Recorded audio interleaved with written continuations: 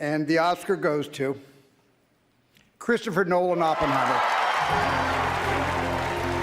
We can go into our next film. This movie came in 5th place. The tomato meter score of this film is 85%. I know people say Memento is really what started his career. I felt this is the movie that put him on that big map that we have known. This was the first movie I ever saw of his. It is Batman Begins. Probably one of the best Batman portrayals, I would say, is in this movie. Yeah, and this goes, again, back to time. It's not just one linear story. The first half is like 2 parts of a story of going back to his childhood, going back between present day and his childhood, and how he, like, it really goes into explaining how he became Batman. And had one of the best Batman introduction scenes in a movie. Yeah, the dock scene or whatever, the containers. Yeah, that was great. Yeah, that's really good.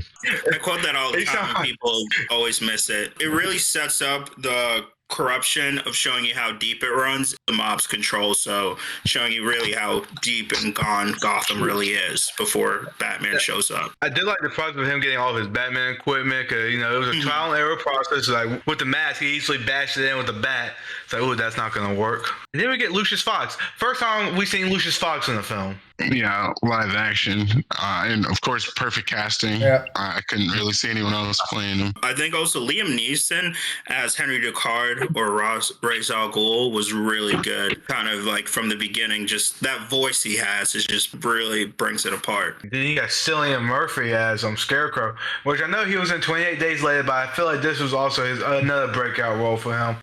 Yeah, Killian. He just won an Oscar. Give him some respect. And then I did like how they did the Scarecrow fear toxin. Yeah, that's good. Well, they did a good job of setting up like this Batman being grounded. Yeah, I was going to say, as far as the world building, more just like our perspective of Gotham City. Even though they really retcon it the next movie, there's no more railroad systems. And I don't even think they go to, like, what was it, like the boroughs or whatever it was?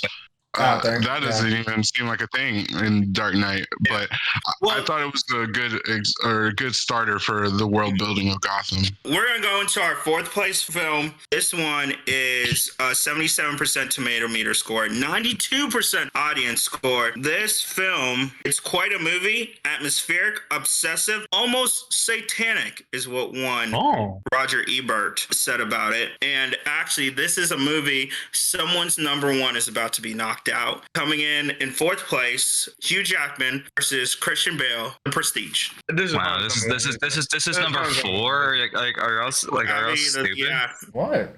First of all, it's your number 1. Are you stupid? Is your number 1? Yeah. No. Yeah. Oh yeah, Hunter loves this movie. Yeah. Hunter's actually the reason I saw this. Overrating the hell out of it. Wow.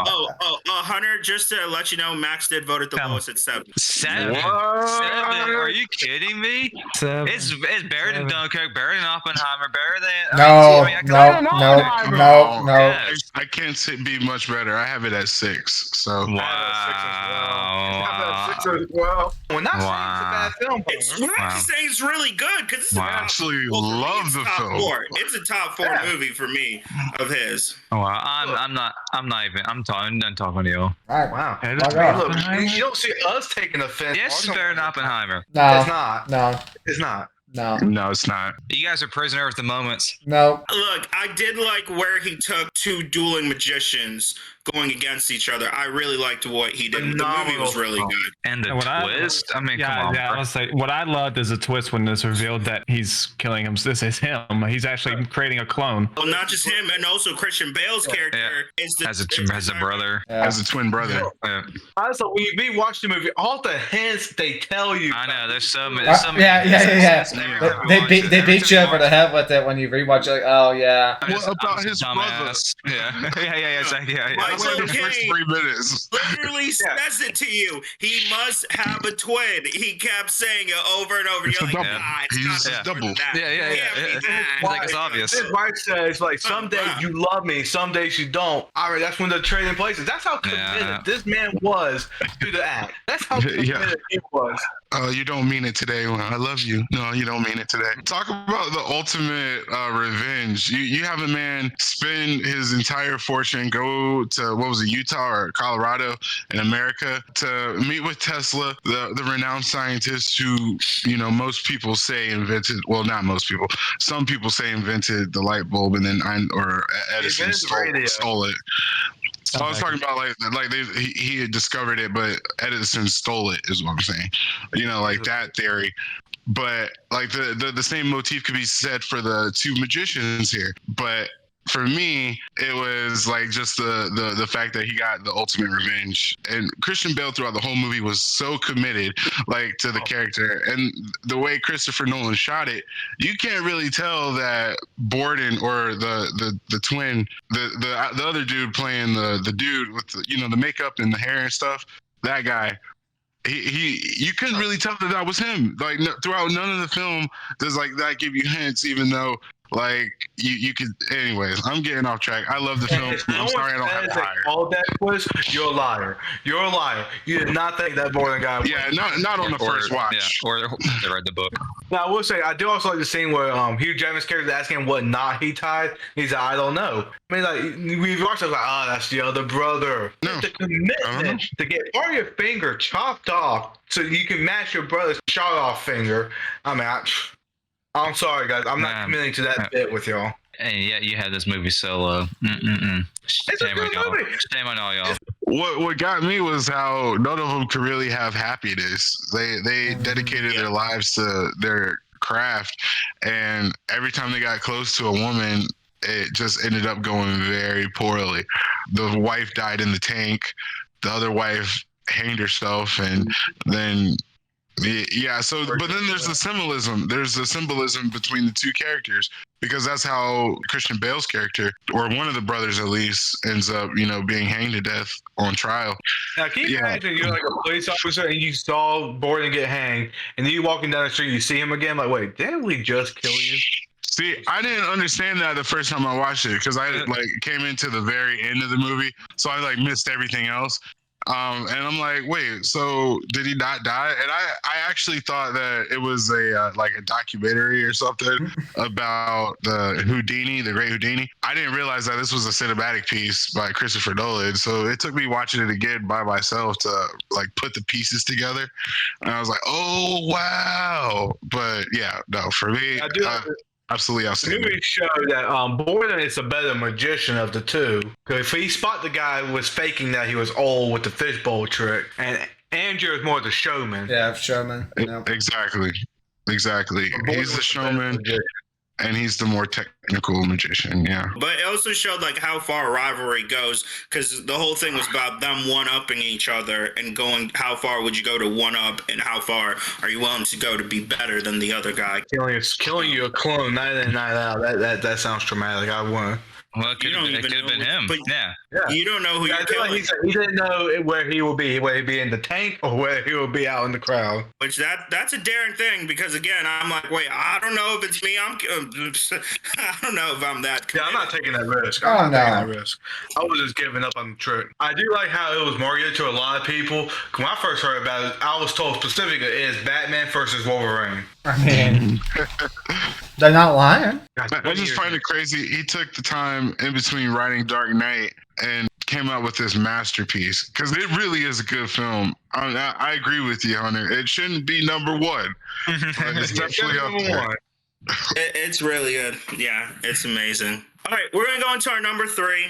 So our number 3 movie has a 93 tomato meter score, 91 audience score. This one is actually his most recent film. It is a film that finally got him the Oscar he so deserved. It is none other than the 2023 classic Oppenheimer, starring Cillian Murphy, Robert Downey Jr., and Emily Blunt. You said the 2023 classic. It's less than a year old. Are we really classifying it as a classic? Yes, it's a classic. It will be. It will be. 2 of the finer acting performances I've seen, at least in modern cinema history, with Robert Downey Jr. and Cillian Murphy. Both of them just absolutely crushed their roles. I knew what happened in real life, but he pulled me in so much. When that villain twist came, I was floored. Yeah, I definitely didn't see that coming. because you want to root for him. He's Iron Man in all of our hearts. And you want him to be the good guy. You don't want him to have that turn at the end. Turns out it was over a grudge, that built up over time. But no, he played it so well. Best picture all around last year. Definitely worth the recognition it gets. So much acting talent in this movie. Emily Blunt in that interrogation, when she shut up Jason Clarke, I'm like, Yeah, when she told Roger Robb what she thought, that was a great scene. The soundtrack was also really good. Perfect, really, for this movie. Yeah. And again, the visual when they show the A-bomb, when they're testing it, that visual was just that was a great scene. Beautiful. Yeah, I like how they did it quiet because obviously you don't hear the sound first. So I do like that, and it and you can see the look in Cillian Murphy's face, just the awe of what he is seeing. Yeah, I love the reaction of everyone. Like, you can tell some people are like, oh my gosh, what have we done? Other people are hyped and pumped. It wasn't all unanimous. Everyone's excited. There's some dread going on when people saw how successful it was. Yeah, I liked how it gave us a visualization of after the fact, after the bomb was dropped, the stress that it caused him mentally. Because that's crazy. Like to think that you'd be responsible for almost the destruction of humanity. But no, I just like how it was played out for me. Yeah, they talk about how they didn't know if the bomb was off a chain reaction that kills everyone, or if it would just be a bomb explosion. Matt Damon did a good job too. Yeah. He said it's the most important thing in the entire world. Fuck. They walked off. And then I did like the scene where they're trying to decide who to bomb, and the guy's like, "Let's just go ahead and cross Kyoto off this thing for cultural purposes." Yeah. I don't know if that happened in real life. But I could see. I like this movie so much. I read the book American Prometheus. I don't think it was in the book. I could see it happening. And I like he does a callback to Memento of having shooting in color and shooting in black and white to show you what's happened. I thought that was kind of cool. He does that. I'm pretty sure the black and white was historic fact, and everything in color was, for the most part, through Oppenheimer's perspective, opposed to Strauss and being in black and white. Yeah, no, I like that. The depth some people will go for revenge, man. They went. And it's all a misunderstanding. This dude's ego is so huge. He thought they were talking about him. Yeah, and I mean, I get it. Albert Einstein's probably one of the most revered scientists or physicists, but be totally ignored and think it's because he said something slick behind your back, I'd probably feel some kind of way about it too. I wouldn't plot a 10-20 year revenge plan and get the man discredited and none of that.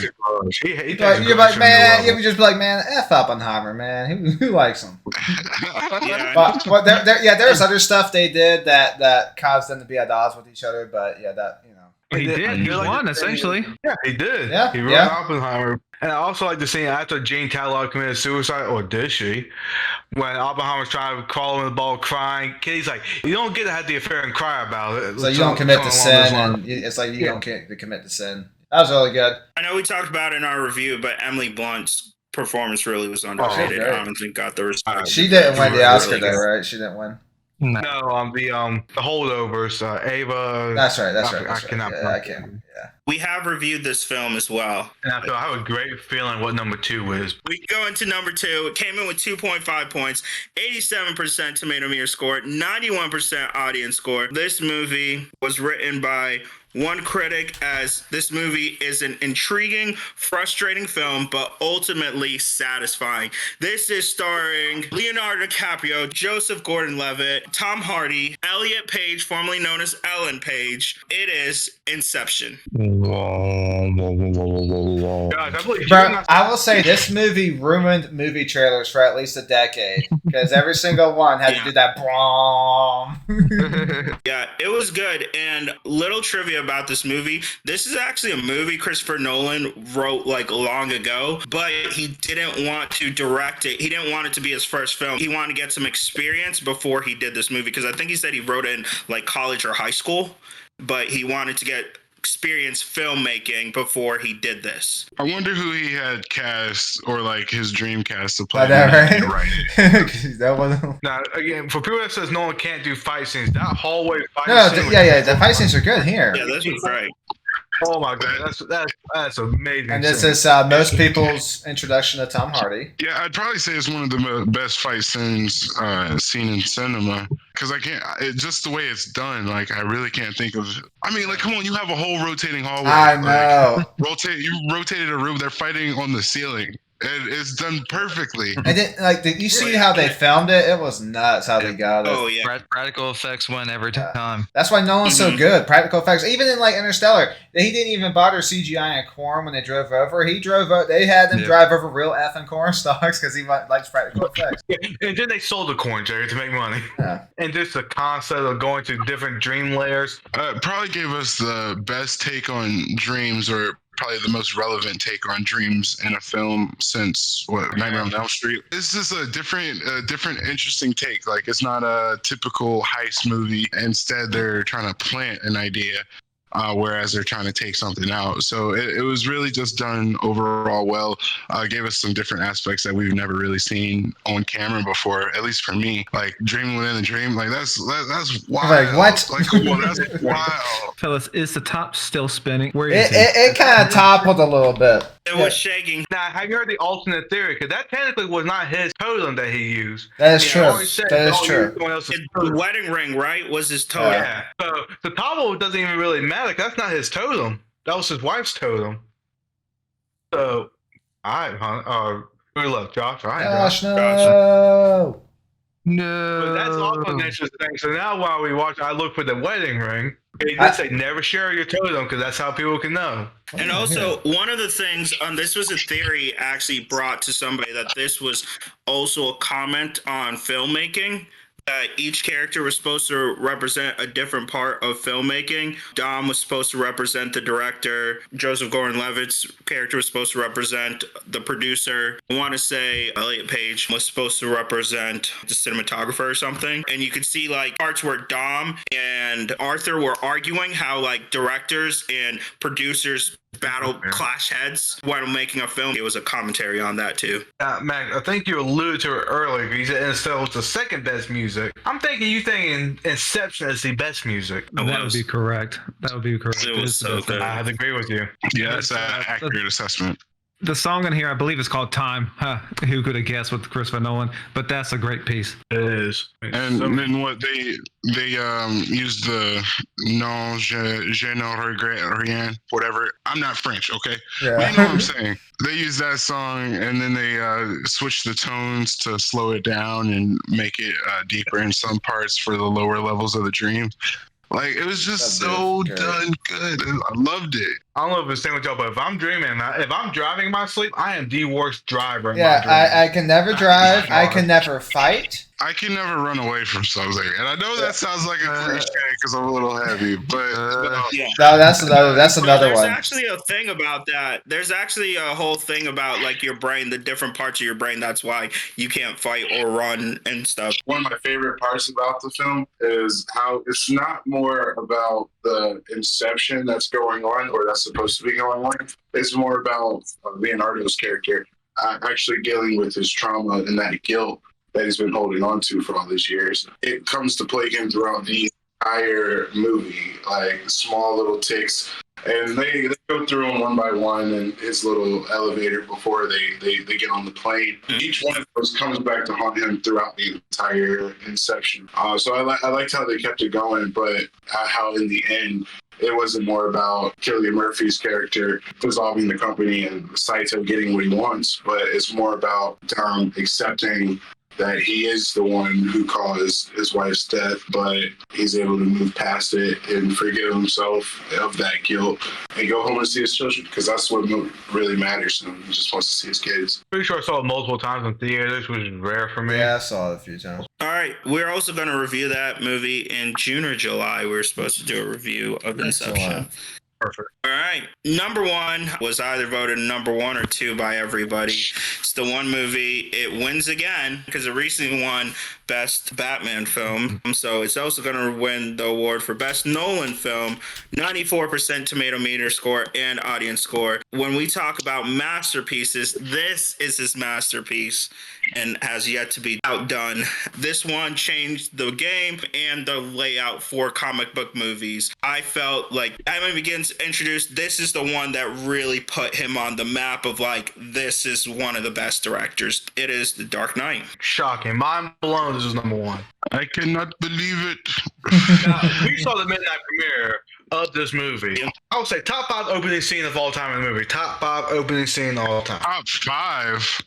I'd probably say top 3, maybe top 2. I'd say Inglourious Basterds, I think, has a better one, but this is very close. I love the opening of Dark Knight. It's almost perfect. And it shows you right it's away funny the Joker can't be trusted. Matt, what you saying? Oh, yeah. Yeah, each henchman killed the other Yeah, one. it shows you that the Joker can't be trusted right away because he betrayed the other guys. He betrayed his whole crew. He had them off each other during the whole heist. And then when it's just him and the driver, he's dead too. Like, not even a second thought. And then later, he doesn't even tell the same story twice of how he got the scars. So you literally can't trust him at all. Right. You know, I got these scars. Definitely one of our most quotable films. We know. Yes, for sure. We'll never know. Yeah, this movie's called Daily. But I like how, like, because when you talk about Inglourious Basterds, a lot of that tension is because of Hans's character and the conversation. I like this one. There's really no there's little conversation, but a lot of the tension is just everything that's going on around it. It's like with very little words. And even the whole time, they even introduce you to Joker with other people talking about him. Of like, you know, one of the first lines, like, so what have you heard about this Joker guy? And even he's the very first character you see when the movie starts, but you don't even realize it's him. Yeah, I think the camera focused on him as soon as his character, or the dude that he was supposed to be portraying. The camera focused on him to start while he was just holding the mask, but we didn't know because it was the backside, you know. But for him to be that dude at the end is what made us really probably love that. Altogether. But no, I feel like for Christopher Nolan, this was a sequel film. It was a very, very realistic set comic book film. Not much going on like that couldn't really be believable. The Joker is like a down-to-earth villain who just can't be understood, you know? And Heath Ledger just took this performance away. Ultimately, he gave everything to this performance, and I love this movie. Easy choice for number 1 for me. Bummer. Now, you would think we would have learned our lesson after 1989 Batman. Everyone said Michael Keaton was a terrible choice. You think we would learn our lesson. But I remember when Heath Ledger was announced as the Joker, all of us unanimously agreed that was a terrible choice. I mean, we weren't the only one. No, we weren't the only ones. It was like pretty much unanimous. Everyone hated the choice.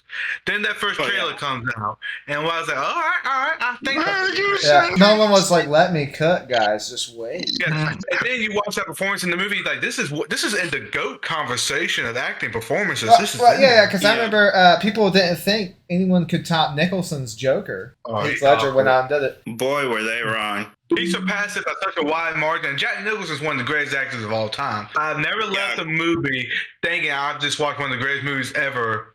I never had that same feeling after like leaving The Dark Knight I had with any other movie. Leaving The Dark Knight, my life changed. I think my life got better after watching Dark Knight.